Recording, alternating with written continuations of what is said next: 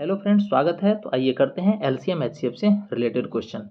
पिछले वीडियो में हम लोग किए थे एलसीएम एचसीएफ के ग्रुप डी के प्रीवियस ईयर क्वेश्चन।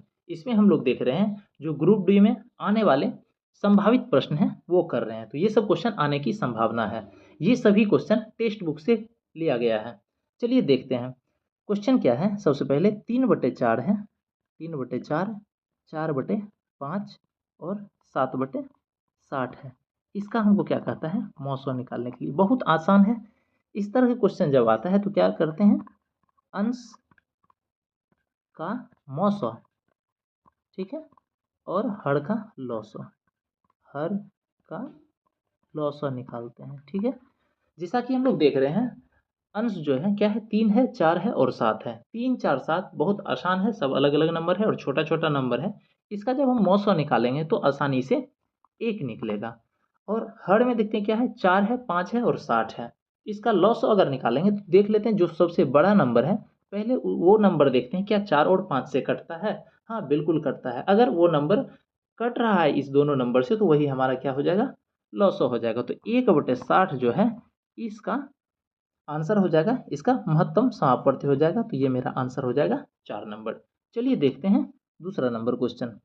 दूसरा नंबर क्वेश्चन क्या है, दो संख्याओं का लघुत्तम समापवर्ती और महत्तम समापवर्ती 25 और 150 दिया हुआ है, जिसमें एक संख्या 50 दिया हुआ है तो संख्याओं का योग कहता है। तो इस तरह क्वेश्चन में क्या होगा, एक संख्या, पहली संख्या गुना दूसरी संख्या बराबर क्या होता है, लॉसो गुना मौसो, ठीक है। लॉसो गुना मौसो होता है। तो हमारे पास क्या दिया हुआ है, पहली संख्या दिया हुआ है 50 एक संख्या, दूसरा संख्या को हम x मान लेते हैं, ठीक। उसके बाद लॉसो कितना दिया हुआ है हमारे पास, लॉसो 150 दिया हुआ है और मौसो 25 दिया हुआ है। जब इस तरह क्वेश्चन देखते हैं तो क्या आता है, इसको कटाते हैं, 50 दिया 150, तो x का वैल्यू क्या आ जाएगा 75। तो ये दूसरी संख्या यही हो जाएगा।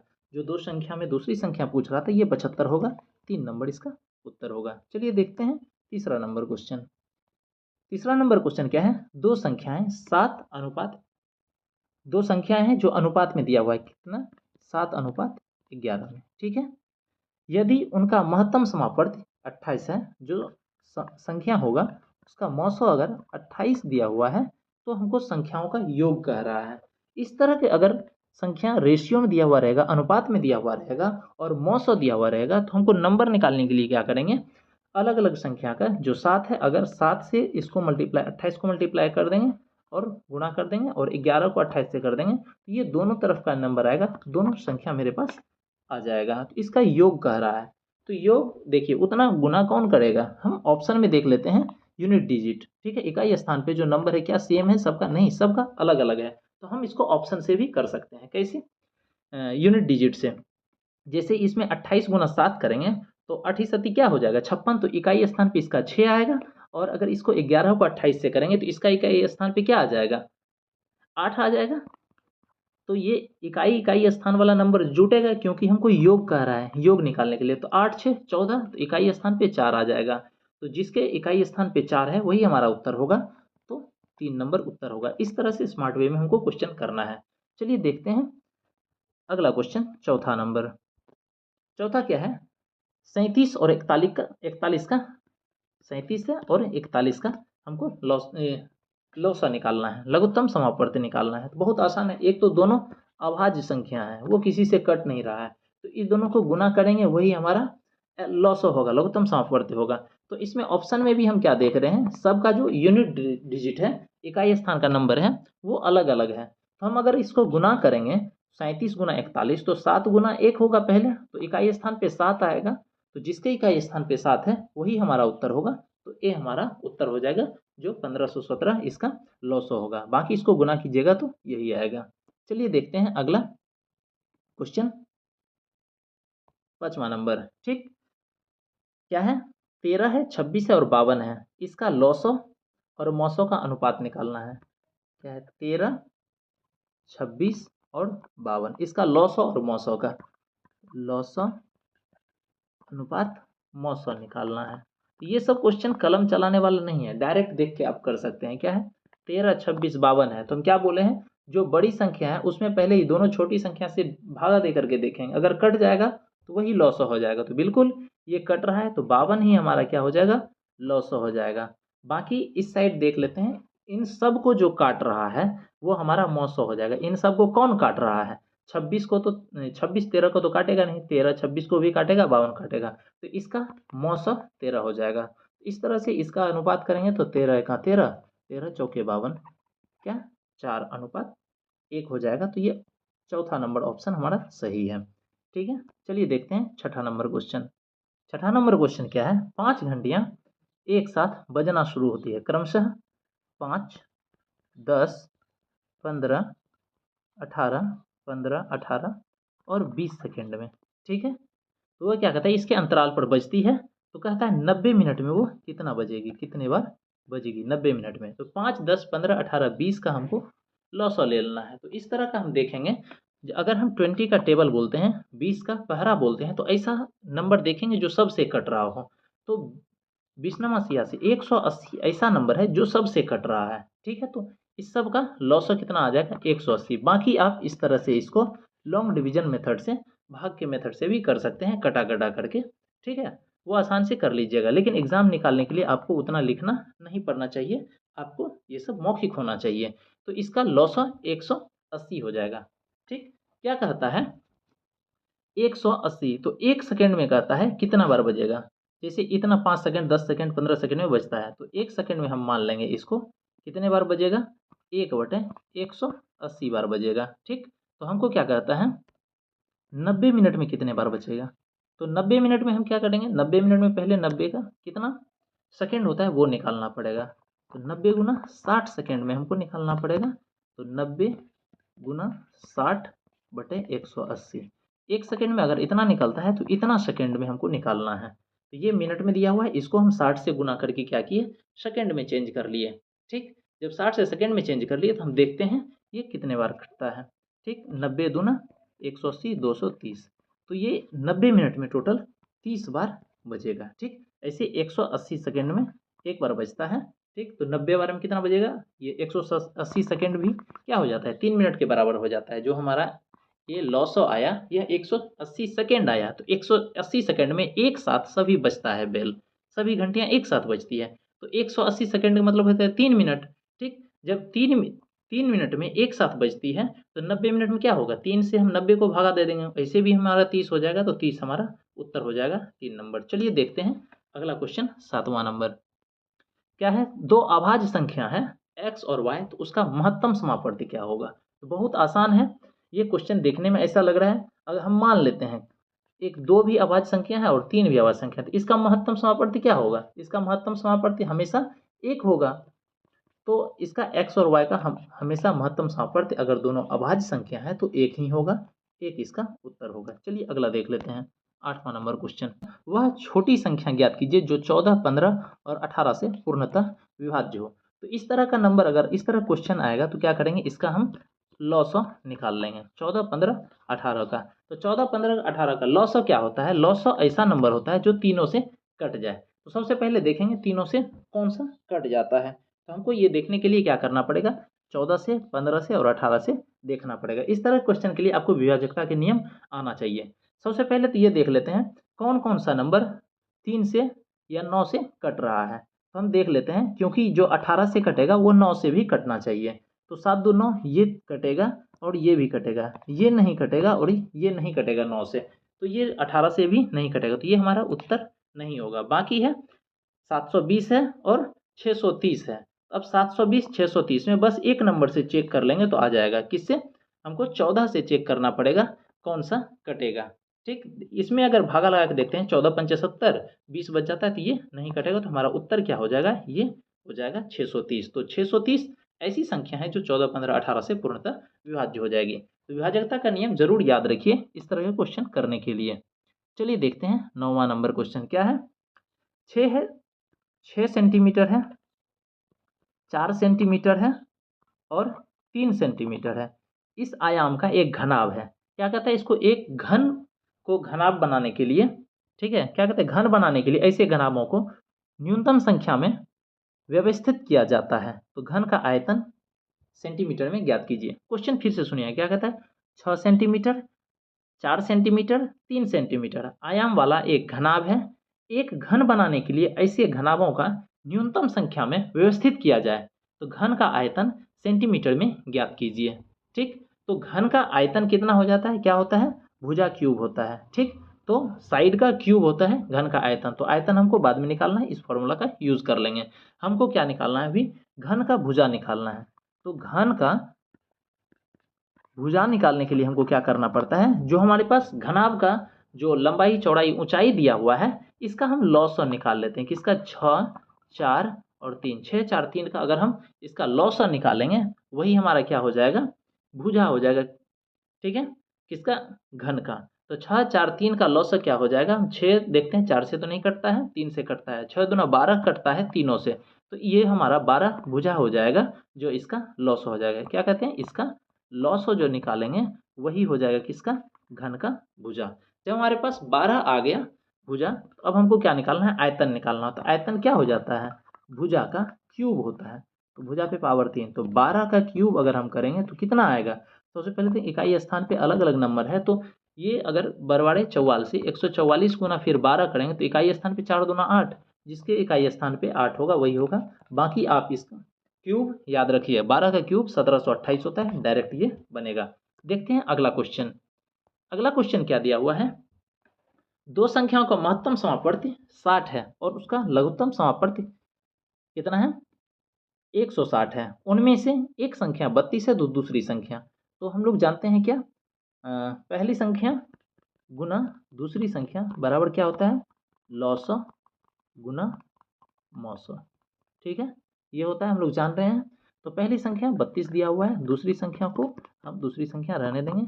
लॉसो कितना दिया हुआ है, 160 है, और मौसो कितना दिया हुआ है, 60 है। हम इससे 32 से अगर कटाते हैं तो 32 पंचे 160 होता है, तो 5 बार में कट जाएगा। तो दूसरी संख्या बराबर क्या हो जाएगा, सेकेंड नंबर हमारा 80 हो जाएगा, 16 पंचे, तो यही हमारा उत्तर हो जाएगा 2 नंबर। चलिए अगला क्वेश्चन देख लेते हैं। 11वां नंबर क्या है, ए बराबर दिया हुआ है, थोड़ा थोड़ा क्वेश्चन का वेटेज बढ़ते जाएगा, आराम आराम से कीजिएगा। ए बराबर दिया हुआ है 2 पर पावर 3 और 3 पर पावर 7 गुना 3 पर पावर 7। ठीक, ये दिया हुआ है। दूसरा फिर क्या दिया हुआ है, बी बराबर दिया हुआ है 2 पर पावर 7 गुना 3 पर पावर 5। ठीक, और सी बराबर फिर दिया हुआ है 2 पर पावर 8 गुना 3 पर पावर 4। ये इस तरह का नंबर दिया हुआ है। तो हमसे क्या कह रहा है, ए बी सी का लॉसा निकालने के लिए एलसीएम निकालना है ए बी सी का। तो इस तरह का अगर पावर वाला क्वेश्चन दिया हुआ रहता है तो जिसमें ज़्यादा पावर होगा, ठीक है, तो उस नंबर को लिख लेना है।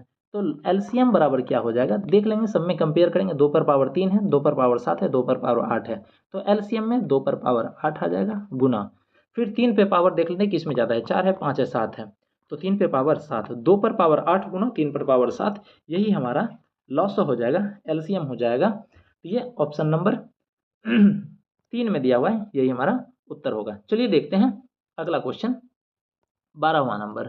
ठीक, क्या दिया हुआ है, 2 गुना 3 गुना 5, 2 गुना 3 गुना 5 है। ठीक, और 3 गुना 5 गुना 7 दिया हुआ है, 3, 5 और 7 दिया हुआ है, ये दिया हुआ है। इसका हमको कहता है लघुत्तम कितने के बराबर होगा। तो इस तरह का अगर क्वेश्चन दिया हुआ रहेगा, जैसे 2 गुना 3 गुना 5 दिया हुआ और 3, 5, 7 दिया हुआ है, तो हम देखेंगे दोनों में कौन कौन सा नंबर है। जैसे 3 इसमें भी है और 3 इसमें भी है, ठीक, तो उसको पहले लिख लेंगे। ठीक, अब देखते हैं और कौन कौन सा संख्या उसमें है, जैसे 5 इसमें भी है, 5 इसमें भी है, गुना 5, बाकी और जो सब नहीं है वो भी लिख देंगे।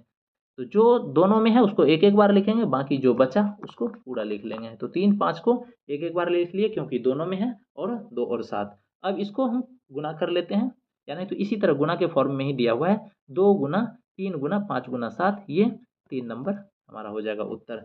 चलिए देखते हैं अगला क्वेश्चन।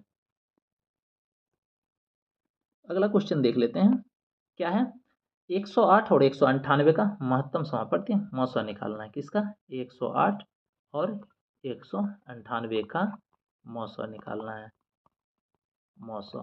ठीक, तो देख लेते हैं 198। तो इस तरह का जब नंबर आएगा, जब भी मौसों के लिए आएगा, तो हम क्या करेंगे, दोनों को घटा देंगे एक दूसरे से।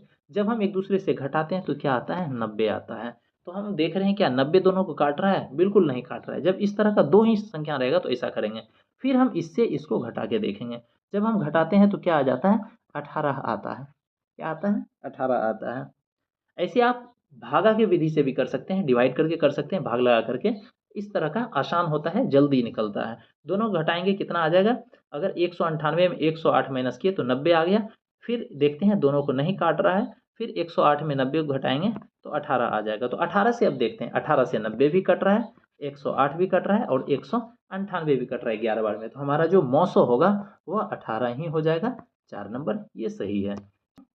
4 है, 20 है और 28 है। इसका मौसो और लौसो का गुणनफल करता है, मतलब मौसो गुना लौसो हमसे मांग रहा है। तो इसका मौसो देख लेते हैं। सबसे पहले क्या हो जाएगा, ये जो छोटा वाला नंबर है इससे भागा लगा करके देखेंगे, तो जो अगर कट जाएगा तो यही इसका मौसो हो जाएगा। तो 4 से कट रहा है, ये मौसो हो जाएगा। बाकी इसका हम लौसो निकाल लेते हैं।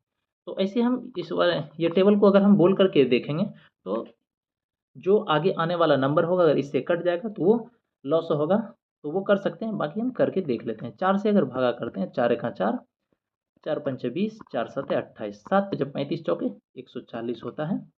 तो ये 140 गुना 4 हो जाएगा, 14 चौके 56, यही हमारा उत्तर हो जाएगा।